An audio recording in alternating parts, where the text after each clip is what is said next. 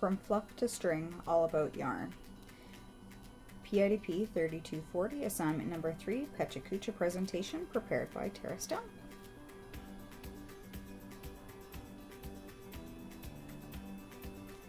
People usually have some memory of hand knits given to them. It could be loved or it might be loathed. The variety is endless, nonetheless.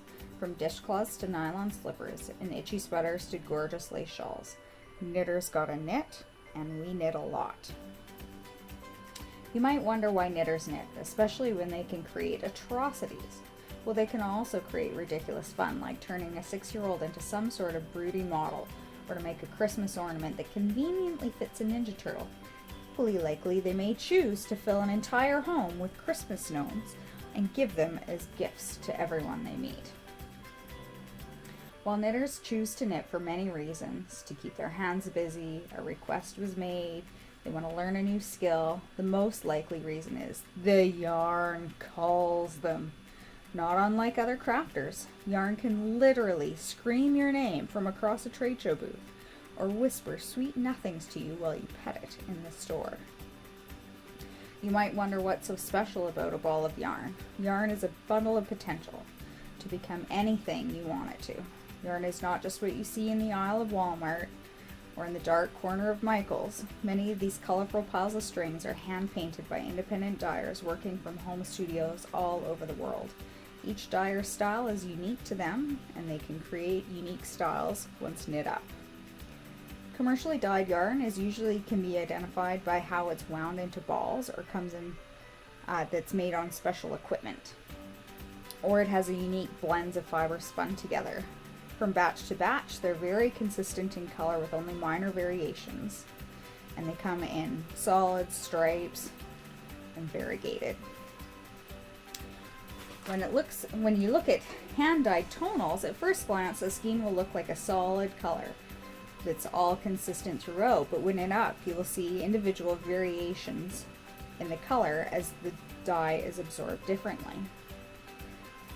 More excitingly, you might see variegated yarns that are a bit of a cacophony of color at times and can be very vivid or muted, but they include 2 or more colors that are in a repeating pattern that as knit up together may pool or flash, creating special patterns.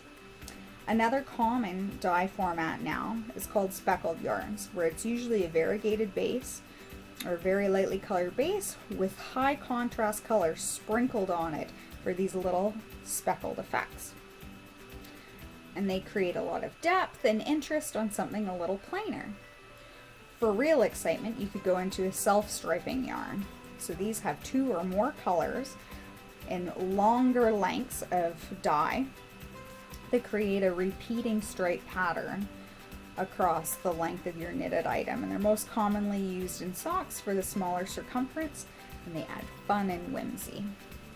On the other hand, if color is just a little too much for you, there's always the natural yarns that have not been dyed but still come in a variety of color that's not just white. They come in whatever color that animal grew their lovely wool and locks in, and they can blend those together to get different shades.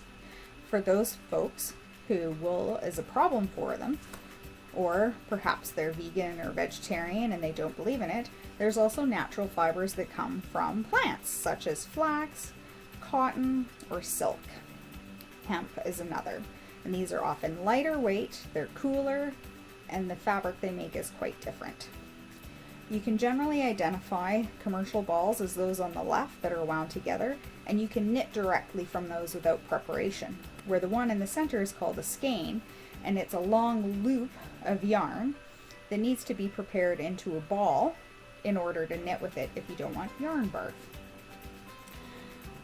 Yarn comes in a variety of weights, so from lace to chunky, so the left would be lace, chunky is on the right, and each thickness creates a different thickness in your fabric and uses a different number of stitches per inch of yarn, and it's a different weight per meter.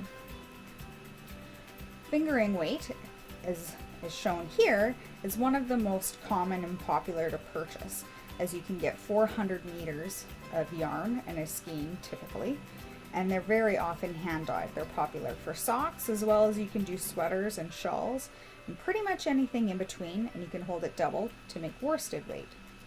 This would be a DK or sport weight selection, so that's a little bit heavier, uses a few less stitches per inch, has about 300 meters per skein on it, and comes in a variety of different weights. So this is about the heaviest you typically see, the natural ones like the cotton and the flax.